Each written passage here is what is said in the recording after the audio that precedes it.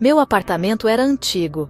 A cidade se estendia lá embaixo, uma selva de pedra pulsando com 1 milhão de histórias não contadas. Do meu poleiro no 7º andar, eu muitas vezes me sentia como um observador silencioso, um voyeur mais pelas circunstâncias do que por escolha.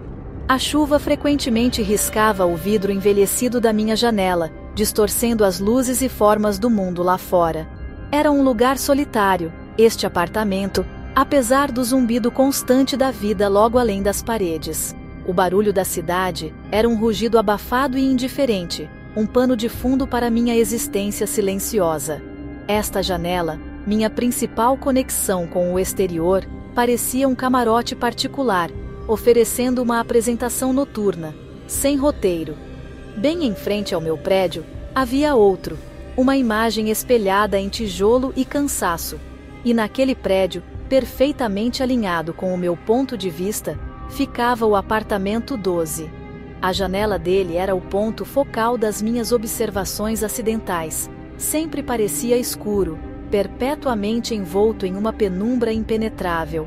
O vidro estava coberto por anos de sujeira da cidade, refletindo o céu, frequentemente cinzento, como um olho morto, que não piscava. Era uma mancha perturbadora de escuridão numa fachada que, de resto, era pontilhada pelos brilhos cálidos da vida. Suas cortinas, se é que existiam, estavam para sempre fechadas, ou talvez, simplesmente ausentes, deixando apenas o vazio. Minha própria janela era uma moldura familiar, embora imperfeita.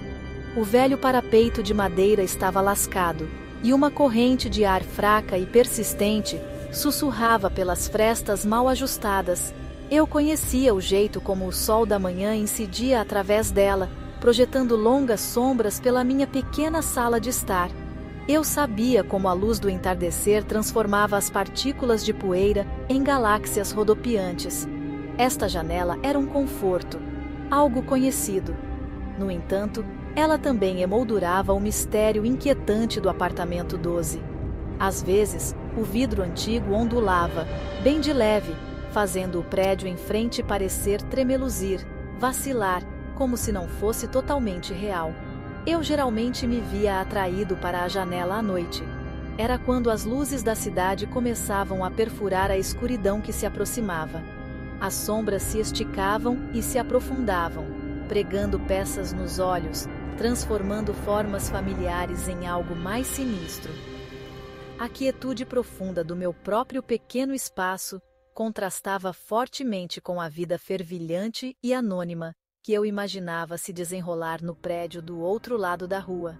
Olhar para fora tornou-se um ritual, um hábito formado sem pensamento consciente, uma vigília silenciosa mantida todas as noites, antes que a cidade finalmente se rendesse ao sono. Eu observava e esperava por algo, qualquer coisa. O hábito de olhar começou inocentemente, um mero relance, um momento de curiosidade ociosa, mas logo transformou-se em algo mais deliberado. Um estudo, uma vigília noturna e silenciosa. Eu bebericava uma xícara de café que esfriava rapidamente, ou às vezes um copo de uísque, e simplesmente encarava, através do cânion estreito da rua, diretamente para aquele quadrado inflexível de escuridão profunda que era o apartamento 12. O que eu estava procurando? Uma luz, uma sombra, qualquer sinal de que alguém, qualquer um, residia dentro daquelas paredes silenciosas. Eu frequentemente me perguntava sobre as histórias guardadas lá dentro. Semanas se dissolveram em meses. As estações pintavam a cidade em tons diferentes, dos cinzas austeros do inverno aos verdes nebulosos do verão.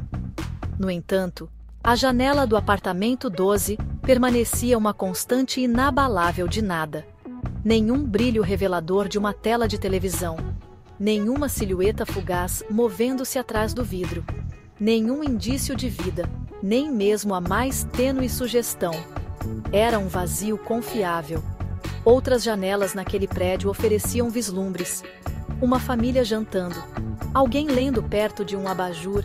a dança mundana e reconfortante da existência cotidiana. Mas nunca o apartamento 12.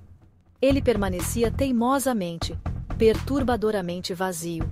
Comecei a imbuir aquele vazio persistente com uma personalidade. Parecia quase intencional, como se o apartamento 12 estivesse ativamente escondendo algo. Ou alguém. A total falta de atividade tornou-se mais atraente, mais inquietante, do que qualquer exibição explícita jamais poderia ter sido. Era um enigma silencioso e provocador. Uma história que guardava desesperadamente seus segredos, talvez por um bom motivo. A escuridão era um imã, atraindo meus pensamentos, desafiando-me a entender o que havia por trás daquele vidro encardido, que segredos ele guardava tão ferozmente dos olhares curiosos do mundo. Uma ou duas vezes, considerei brevemente a possibilidade de que o apartamento estivesse verdadeiramente, completamente vago. Mas então, eu me lembrava de ter visto, ou pensar ter visto, correspondência se acumular e depois desaparecer da caixa de correio correspondente no saguão do prédio lá embaixo. O zelador do prédio, um homem rude e pouco comunicativo chamado Sr. Henderson, não era do tipo de jogar conversa fora ou fazer fofoca da vizinhança. Então, o mistério pairava, sem solução. A suposição predominante, minha suposição, era que alguém realmente morava lá. Alguém incrivelmente recluso. Alguém que preferia a companhia das sombras. Na noite em que aconteceu, uma tempestade feroz estava assolando. A chuva batia forte contra minha janela, um tamborilar implacável e raivoso. O vento uivava pela rua estreita, um lamento fúnebre, um grito de alma penada. As luzes da cidade lá fora estavam borradas, manchadas em rastros indistintos de cor pelo dilúvio. Eu estava na minha janela, como de costume, realizando meu ritual noturno de observação. A atmosfera no meu pequeno apartamento já parecia carregada, pesada com uma tensão não dita. A eletricidade havia piscado 2 vezes, ameaçando-me mergulhar na escuridão. Era o tipo de noite em que o véu entre os mundos parece fino.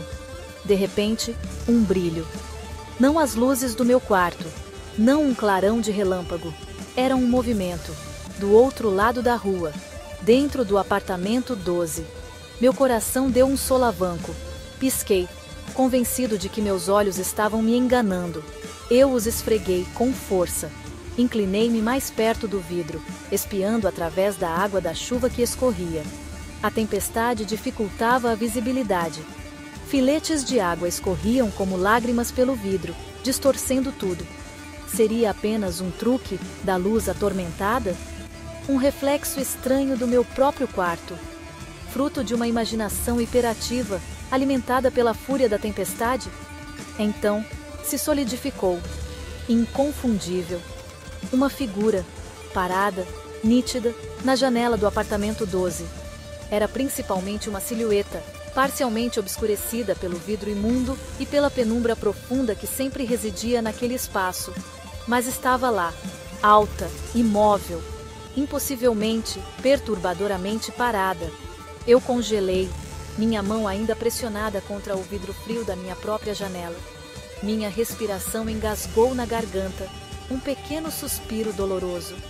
Este era o momento. O vazio finalmente fora preenchido. E a visão era total, profundamente apavorante. O invisível havia escolhido se revelar.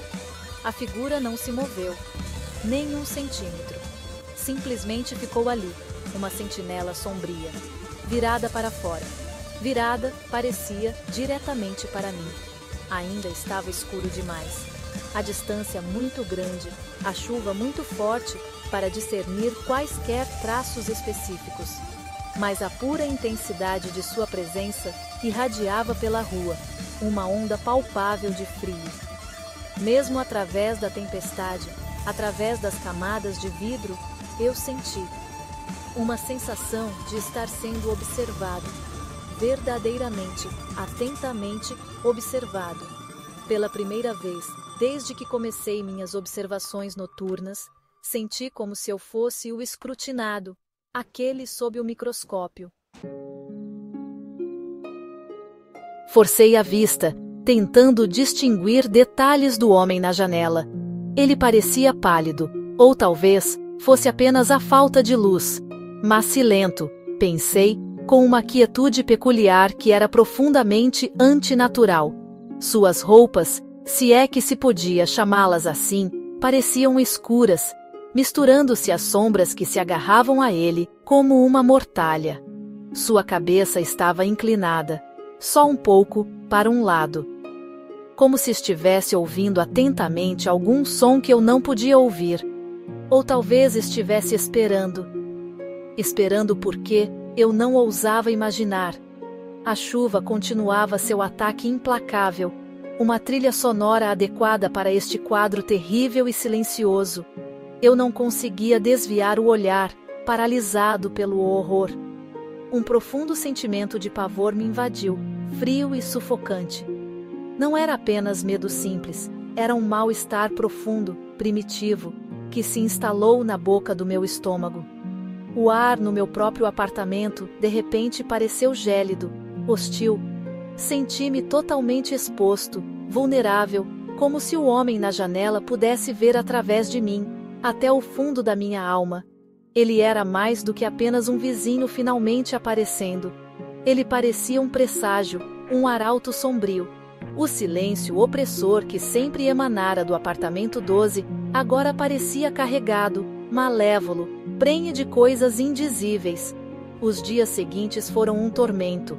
Eu era assombrado pela imagem. Eu me via compulsivamente atraído para minha janela, procurando, esperando e temendo vê-lo novamente.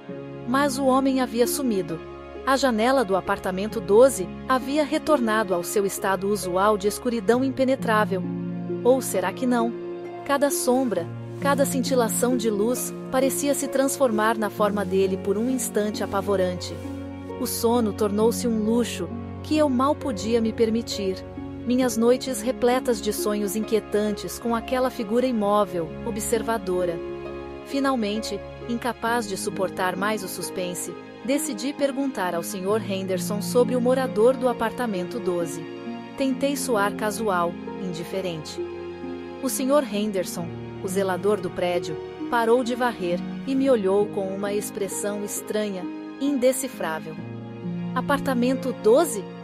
Ele repetiu, a voz monótona, desprovida de qualquer emoção.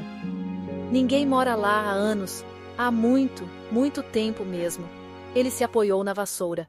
Aquele lugar está vazio desde 1994. Ele pausou, o olhar distante. O último cara que morou lá, bem, ele faleceu.